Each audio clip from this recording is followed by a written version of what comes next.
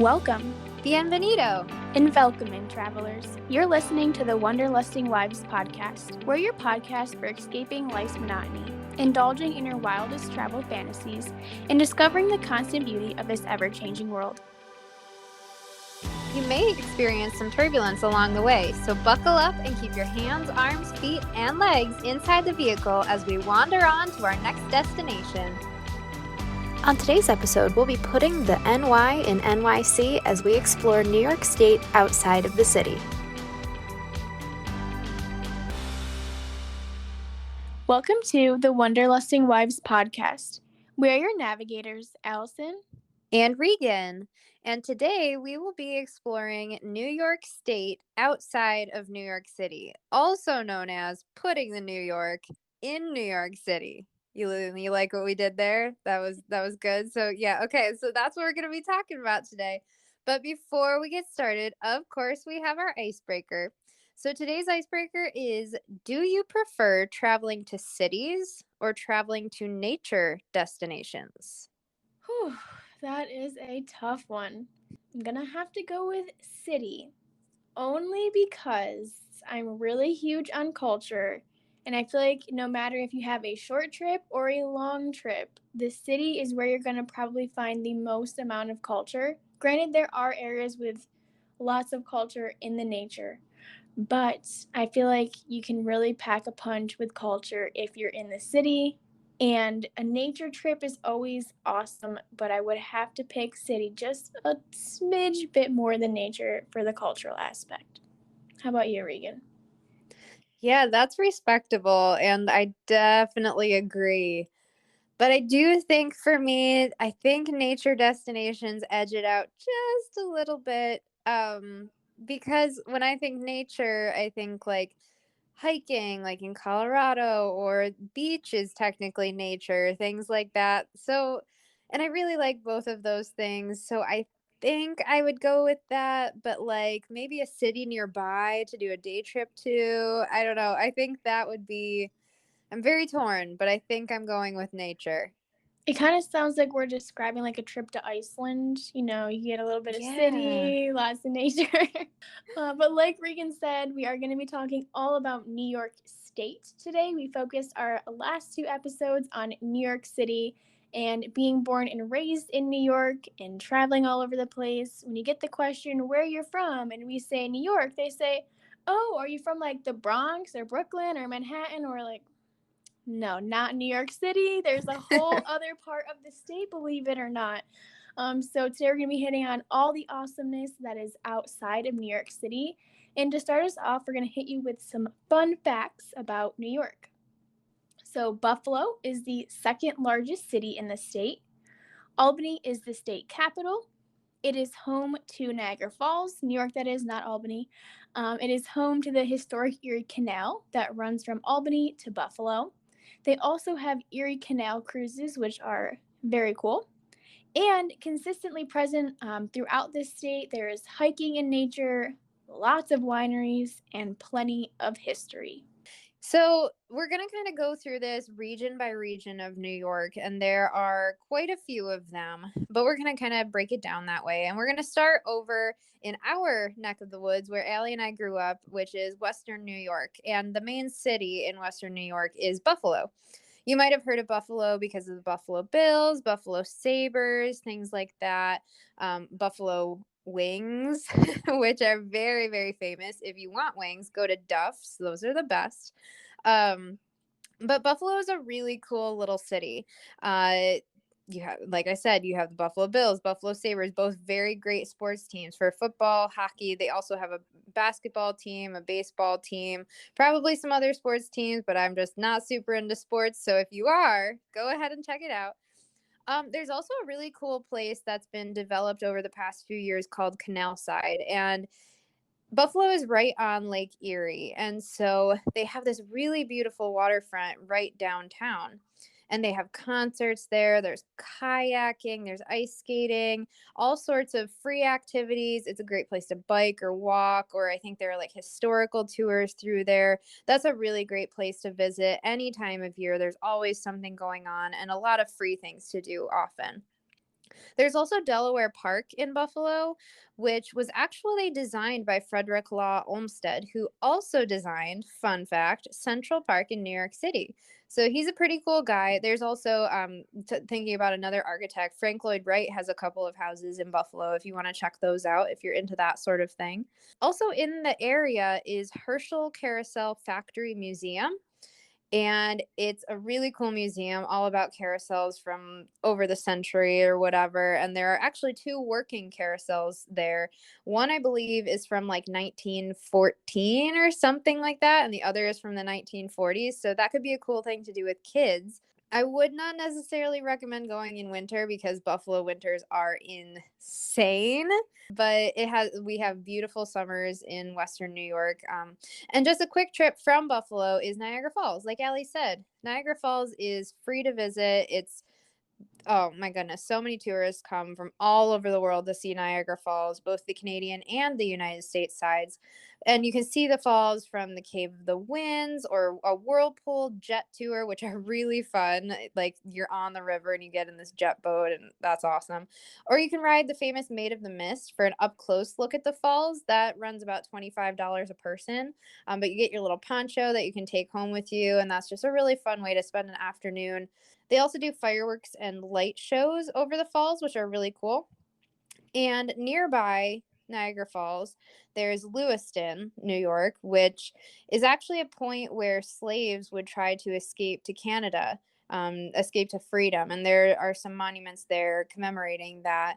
But then also you have to go to the Silo. It's a restaurant that's literally an old silo right on the river. You get some really beautiful views of the Niagara River, and you have to order the original haystack.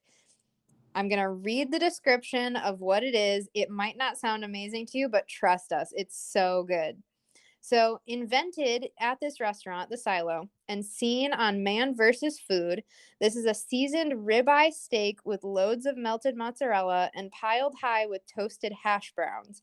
It's then served on a fresh baked hoagie roll with mayo, and it is mouth-watering. It's so good. Allie, you like that too, right? I love it. And I don't even really like ribeye, but I will eat it and devour it if it's made at the Silo. Allie becomes a carnivore when it comes to this. Yes, you cannot miss it if you are in Lewiston. There's also Old Fort Niagara close by, which is a fort from the French and Indian War time. So you can check that out too. I believe it's part of the National Park System. And close by then too, there's Lockport, New York, which then you get a tour of the locks on the Erie Canal. And for anyone who doesn't know, it's like the locks, because the elevation changes were so different in building the Erie Canal across New York State, they had to build these things called locks where the boat would go in to this little chamber and be closed in. And then the water level would rise, getting them up to the level of water at the higher elevation. And you can actually take a boat through that in Lockport, New York. And then, of course, we're going to give a plug for Medina, New York, because that's where we grew up.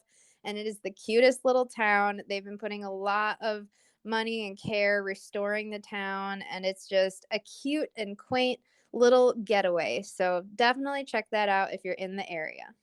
If you're looking for a Hallmark town, go to Medina. Yes. Good way to put it. I like it. Yes. I know if people listening to this are from our hometown, they'd be like, ew, no, don't come. But if you take a step out of Medina, you will appreciate how much greatness there actually is there. So come check it out. I know the village historian, so if you want a nice private tour, reach out to us via email, social media. So that is the Western New York region, and that's just one region that we're going to cover. We have so much more to dive into, and we already gave you so many incredible places to check out. So next up is the Finger Lakes, which probably most people have heard of if they've lived outside of New York. It's popular, the Finger Lakes. Everyone associates that with New York. And wine. Wine is pretty much the theme of the Finger Lakes region. So if you are looking for some great wine, take some time to go to the Finger Lakes and take a wine tour. Each lake has their own wine trail, or at least most of them do. And some favorites are the Seneca Wine Trail, that is covering Lakewood, Miles Wine Cellars, J.R. Dill, Three Brothers, Seneca Shores, Torrey Ridge, Fox Run, and Bellhurst. But not the only thing to do if you're in the Finger Lake region, or if you're not old enough to drink wine, or if you don't even like wine, that's fine too, because there's Skinny Atlas and Canandaigua. We can go to the CMAC for concerts. You can go to the Marabou Inn for a nice, relaxing spa.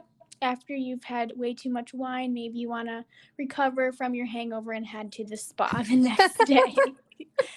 And then some of my favorite memories with Regan growing up has been camping in the Finger Lake region and picking grapes and just enjoying the fall in the Finger Lakes. Fall in the Finger Lakes is probably one of my favorite times to visit the Finger Lakes. It's great in the summer. In the winter, I wouldn't really recommend most places in New York, but you can still come visit our beautiful state if you are willing to endure the snow. But on top of camping, there's also hiking. So there's the Ithaca area, there's Buttermilk Falls, Robert Treeman, there's Cornell and Ithaca College, and Purity Ice Cream is a must visit if you're in that area. There's also Letchworth State Park. This is known, believe it or not, as the Grand Canyon of the East. It is completely different than the Grand Canyon out west. It has tons of trees, waterfalls. There's lots of hiking to do. It is beautiful in the fall. They have some festivals. Maybe you want to come to a craft show. Letchworth is the place to do that. And they have an experience where you can take a hot air balloon ride over the canyon. Now, I'm not sure if I'm brave enough to do that, but if you are, that is probably something that would be really cool to experience. And then we're going to hit on Regan's home of Rochester. There is the Strong National Museum of Play. If you have kids, you must visit the Strong National Museum of Play. I have such fond memories of grocery shopping there. They have a fake grocery store, and it was so fun to scan my food pretending like I worked at the grocery store. There's plenty to do there. You could spend days just exploring that. And then there's the Jazz Festival, the Lilac Festival, which is incredible. Usually happens around Mother's Day, so that's a really great thing if you want to take your mother to go do that. George Eastman House and Kodak. Kodak, for those younger folks, is cameras. If you are not sure what Kodak is, Polaroids as well. So really dating itself here. And then Susan B. Anthony House.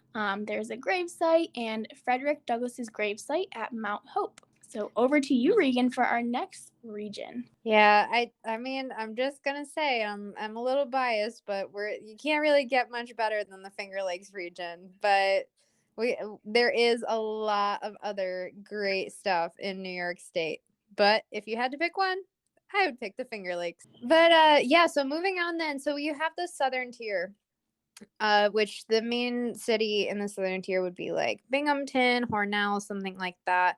And the Southern Tier typically gets a lot of kind of crazy snow. Buffalo probably gets the worst of it, but the Southern Tier gets some pretty nasty snow too. But that's balanced by some really beautiful fall weather. And like Allie said with Letchworth, it can be stunning in the fall because you have a lot of nature, a lot of camping, things like that. So Allegheny State Park and Chittenango Falls State Park are two of the bigger ones in that area. And those are both great options for hiking, camping, fall weather, getting those really classic fall trees and everything. So definitely check that out if you're looking into that. There's also some really great skiing in the Southern Tier because of like that snow production. And I know I used to always go to Holiday Valley in Ellicottville, and Ellicottville is so cute. It's the cutest little ski town, like resort town. And of course, then, yep, there is the Holiday Valley Ski Resort. There are also like tubing centers and things like that. So in the winter, it gets really, really hopping, and people love them some Ellicottville. There's some good breweries and things to do down there, craft festivals. So that's a really great place to check out in the Southern Tier. Additionally, there's Jamestown in the southern tier, and one of the coolest things you could probably do in Jamestown is the Lucille Ball and Desi Arnaz Center, and of course, Lucille Ball and Desi Arnaz are from I Love Lucy, and so this place has it's a very interactive place to go, but there's like some costumes, there's some outtakes of footage that they filmed over the course of the show and things like that. So if you are into I Love Lucy or into film and television or anything like that, that's definitely something fun to check out too. So that kind of are the main highlights of the southern tier. Now we're gonna work our way towards central New York. So maybe think Syracuse. For their basketball team. That's probably the only reason why you know Syracuse. But there is also Cooperstown, which has the National Baseball Hall of Fame. And now we're going to dive a little bit deeper into Syracuse. So there is the New York State Fair. Regan, you were recently there. Any tips on any foods we should try or shows to catch? Ooh, the New York State Fair is a lot of fun. Mostly it's just eating and having a good time. There are free concerts a lot. Like every day there are free concerts and they get pretty big names. Like I think R. Kelly was there this year and things like that. So that's a lot of fun.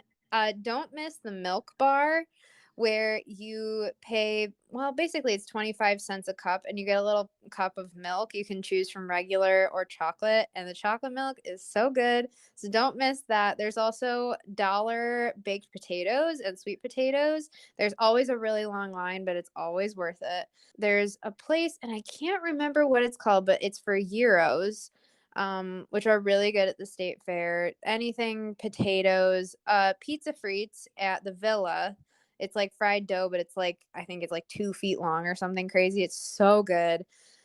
Oh goodness, I could go on and on. Don't miss the butter sculpture. That's always a hit.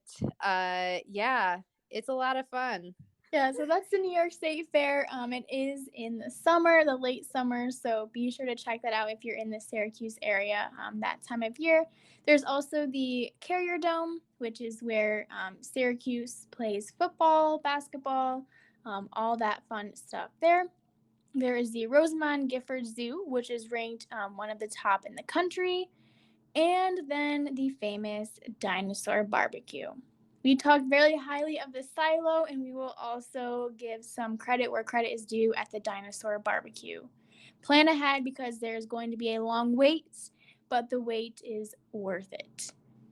Ribs on ribs on ribs with potatoes. Mm-hmm. And don't miss the mac and cheese and the Cajun corn and the shrimp boil. Don't miss pretty much everything on the menu. But yeah, Dinosaur Barbecue originated in Syracuse. There's also a location in Rochester, which personally I think is better, but Syracuse is the original location. Oh, also speaking of this area, sort of, but back to Rochester for a second. If you have not visited a Wegmans grocery store, Rochester is where it all began, and it will change your life and your opinion of all other grocery stores. If you thought you knew what a good grocery store was before, then you are wrong. You have not yet been to a Wegmans, and you must go. So then moving on from central New York, if you go a little bit to the east, you get to the Mohawk Valley, which is like Utica would be the kind of main city, I guess. There's a lot of more nature in this area. So you have the Catskill Mountains that kind of slope down south in the state a little bit towards the Hudson Valley. But there's so much camping. And my sister and her family actually just did a trip recently down into the Catskills. And they said that if you love birding, like that was an amazing place to go. They went, I think, midsummer, so maybe check it out then. But tons of hiking, tons of nature and natural things to do. So definitely check that out. But then if you move north of central New York, you get into North Country, aptly named, which would be including the Adirondacks, Thousand Islands. Watertown is kind of looped in with the Thousand Islands region, and there's so much to do up there as well. Similar to the Catskills, of course, the Adirondacks, there's so much hiking, so much camping, all sorts of stuff. So definitely check that out if you are into nature and getting out in the rugged outdoors. There are 46 high peaks in the Adirondacks, and there's actually it's a pretty prestigious club type thing if you climb all 46. Allie's dad and brother And actually, Allie, have you and your mom gone on those trips as well to hike some of those? I've hiked one of them, but that is it. I am not big into spend 8 hours hiking up a mountain, so I tend to either shop or just not go on those trips. Well, you've done more than I have. One is more than I've done. I would love to do the hiking, but yeah, there's 46 of them, and then people log which ones they've done. There's like a little placard at the summit of each mountain, so you can like take a picture and keep track. So that's a great place to go if you're looking for some great hiking. In the Adirondacks also, there's West Canada Creek, which is like there's a little campground next to a creek, and it's really well known for like being able to float down the creek. And that's a really great way to spend a summer afternoon. Also in that area, though, there's Lake George, which, Allie, would you like to talk about this? I know you've spent some time on Lake George, right? Yes, so I've camped in Lake George. My dad and brother and husband have gone whitewater rafting. And then there's a Lake George steamboat tour. If you're not really into doing more active stuff, you can just sit there and listen to some of the history, which is really nice to experience because that way, if you're traveling with your family or a larger group and there's a variety of interests or age ranges or hiking abilities, there's something for everyone in Lake George. And like Allie said earlier too, with the Adirondacks and how she would just shop sometimes, like Lake George has a lot of really great shopping too if you're not interested in the natural stuff as well. In that region as well, if you go like kind of northeast, there's Lake Placid, which is a really popular destination for people in state and out of state to go and visit pretty much year round because I mean it can be gorgeous year round. But you can visit the Olympic sites from one of the Olympics several years ago. I think people still practice on the courses and things like that up there, and that's pretty cool. But they have the ice rink from Miracle on Ice, and then also things to do in Lake Placid, just like Lake George or Adirondacks, anywhere else. You can paddleboard, canoe, kayak, like a really peaceful afternoon on the water. That's a really great way to spend an afternoon. There are a lot of really cool Airbnbs up in the Lake Placid area, some really huge, gorgeous cabins. So if you're going with a group, definitely check out Airbnb. And then if you move if you're in the Adirondacks, Lake Placid is up to your northeast. If you go to the northwest, then you can kind of get into the Thousand Islands. And my husband was responsible for really introducing me to the beauty of the Thousand Islands. It is gorgeous up there on the St. Lawrence River. I'm not one really for like swimming in oceans and lakes and things like that, but I just love swimming and tubing and boating in the Thousand Islands. So you can go up there if you have a boat of your own, or there are boat rentals up there so you can just go and explore. There's Bolt Castle also up there that you can go and tour, which is really cool. The story is phenomenal. This man started building this huge castle for his wife, and then when she died, construction stopped, and then years later they decided to renovate and continue building it in her honor. So that's really, really gorgeous. It's half renovated, I guess, at this point, but it's very Bridgerton. If you've seen that, that's kind of what you're walking into there. So yeah, the Thousand Islands are fantastic. Cannot recommend them enough. Yeah, so if you're not really into nature and want to get back into the city a bit, we're going to head over to the capital region now of Albany. And there is plenty to do here, but we visited when we were in fourth grade. So it's been a bit since Reed and I have been there, but touring the state capitol building is really cool. Maybe only if you're from New York, we can really appreciate it. It might not be as exciting if you're from out of state, but if you're into history and seeing beautiful buildings, that's a great option. There's Nine Pin Cider Works and then the New York State Museum. So that's a little bit about Albany. And then in that area, there's also Saratoga. I love Saratoga. My family used to have a cottage there on the lake, so we would spend our summers there. And I have such fond memories of going shopping, and they have horse racing, which I was never old enough to bet on the horse racing, but I have fond memories of spending days out on the horse tracks. And then Saratoga also is a bit on the fancier side, so they do have some fine dining there as well. But then one of our final regions, because we're kind of getting downstate a little bit more, is the Hudson Valley. And that's kind of the area between the capital region and New York City. There's the Culinary Institute of America, which is world renowned, and you get like farm to table meals from all sorts of up and coming chefs and things like that. Of course, it would be downstate there where New York is right there. Any chef could just get snatched up. And then you also have Orange County Choppers, where you can tour, and that's where they make motorcycles for shows like American Chopper, but then also just kind of motorcycles in general if you're into that. There's the Motorcyclopedia Museum, which has over 500 motorcycles from the past. So I think that would even actually be kind of cool for me, just like seeing the evolution of something that I wouldn't otherwise think to care about, but I think it would be pretty cool. And finally, somewhere that I actually haven't been, but I've like been dreaming about it because it literally does. It looks dreamy, is the Mohawk Mountain House. And it's like built into the side of a gorge with a river running through it. And it just looks like something out of Germany, or like think the Christmas Prince, like the castles and everything in those movies. That's what this hotel looks like. It's incredibly picturesque. There are a lot of conferences that take place there, or you can just go for like a weekend. There are some packages of like spas and food and things like that. But that's like a nice romantic getaway if you're looking for that. That's in New Paltz, and that's again in the Hudson Valley. So, and I think that kind of like wraps up New York, because then what's left is New York City and Long Island, and Long Island really is the beaches of New York City in a way. Which of course, if you want more information on New York City, check out our previous 2 episodes. We dive really deep into the city and everything that there is to do there. All right, I think we should wrap up this episode by giving a quick little elevator pitch, or maybe like a little infomercial on why people should visit New York. Ooh. I can go first if you're not ready, because I know I kind of threw this at you, but like this would be kind of fun. Outside of the I Love New York shirt, every reason that you should come to New York is fine wine, nature, camping, history, and all things wine. If I haven't mentioned that already, wine.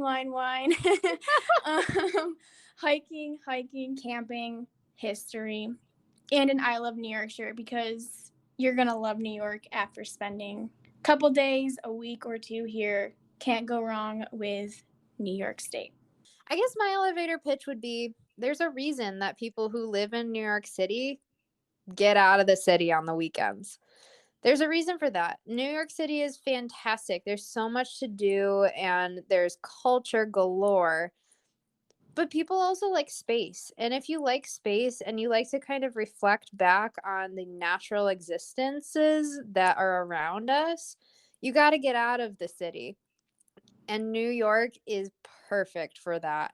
You have everything that you could want. You have city, you have nature, you have wine. And it's just, you have history. There's so much history here. And the people aren't as rude as, say, like, Boston. So. And on that note, go Yankees, and thanks for tuning into this week's episode. Thanks for tuning in to the Wanderlusting Wives podcast. Come escape with us again every other Tuesday. Give us a subscribe and a follow on all of our social media and wherever you listen to your podcasts. And until we chat next time, wander on.